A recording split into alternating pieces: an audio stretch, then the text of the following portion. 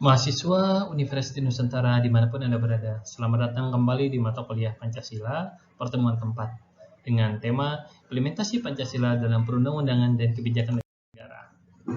Tujuan instruksionalnya, memahami dan menjelaskan Pancasila dalam perundang-undangan, kebijakan negara bidang politik, ekonomi, sosial budaya, pertahanan keamanan, dan aktualisasi Pancasila dalam kebijakan negara.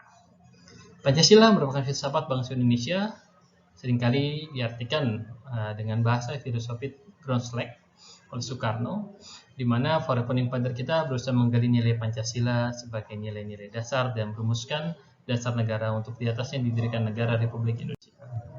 Pancasila dalam tataran aturan perundang-undangan sebagai dasar negara tercantum dalam TAP MPRS nomor 20 MPRS 66, Junto Ketetapan MPR nomor 5 MPR 1973, Junto Ketetapan MPR nomor 9 MPR 1998 tentang Memorandum DPR GR mengenai sumber tertib hukum RI dan tata urutan perundang-undangan Republik Indonesia. Lalu ada juga TAP MPR nomor 3 MPR tahun 2000 tentang sumber hukum dan tata urutan peraturan perundang-undangan, dan Undang-Undang 12 tahun 2011 tentang pembentukan peraturan perundang-undangan. Nilai Pancasila terbagi menjadi 3, nilai dasar, instrumental, dan praktis. Nilai fundamental adalah nilai ketuhanan, kemanusiaan, persatuan, kerakyatan, dan keadilan sosial.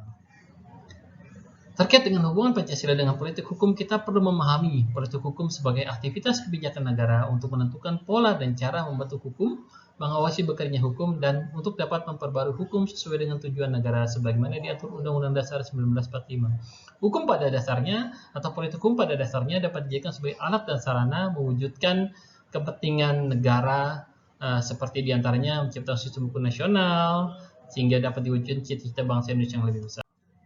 Implementasi Pancasila dalam pembuatan kebijakan dalam bidang politik di pasal 26, warga negara Republik Indonesia adalah orang berkebangsaan Indonesia asli. Orang berkebangsaan lain yang bertempat tinggal di Indonesia, mengakui Indonesia sebagai tanah airnya dan bersikap setia kepada NKRI.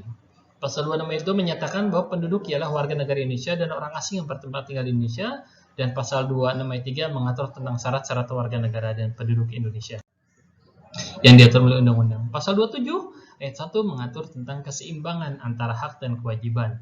Pasal 28 tentang adanya 3 hak warga negara dan penduduk, yaitu hak kebebasan berserikat, bebas berkumpul, dan bebas berpendapat. Pasal 33 mengatur tentang perekonomian negara, salah satu wujud koperasi. Pasal 33 ayat 2 menetapkan standar hak asasi manusia atas kesejahteraan sosial. 33 ayat 4 dan 5 tentang bagaimana demokrasi ekonomi diatur dalam undang-undang.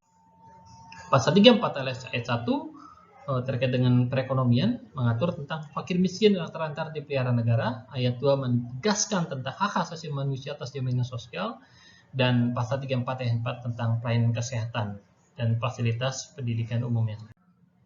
Pasal 27 ayat 3 menetapkan hak dan kewajiban warga negara merupakan satu kesatuan dikaitkan dengan hak asasi manusia.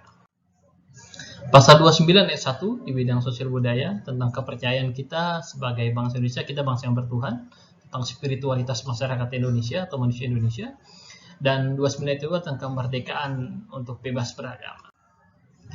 Terkait di bidang sosial budaya juga, pasal 31 dari ayat 1 sampai dengan ayat 5 mengatur tentang pendidikan dasar sebagai hak asasi manusia, sistem pendidikan nasional, anggaran pendidikan, dan bagaimana IPTEK mendukung adanya pendidikan bangsa kita ke depan.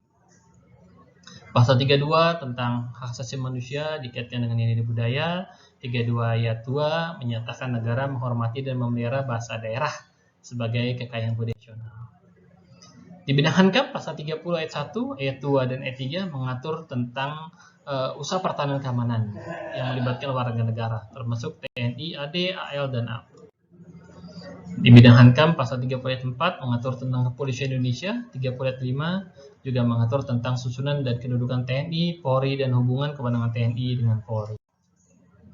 Oke, itu yang dapat saya sampaikan pada pertemuan kali ini. Terima kasih.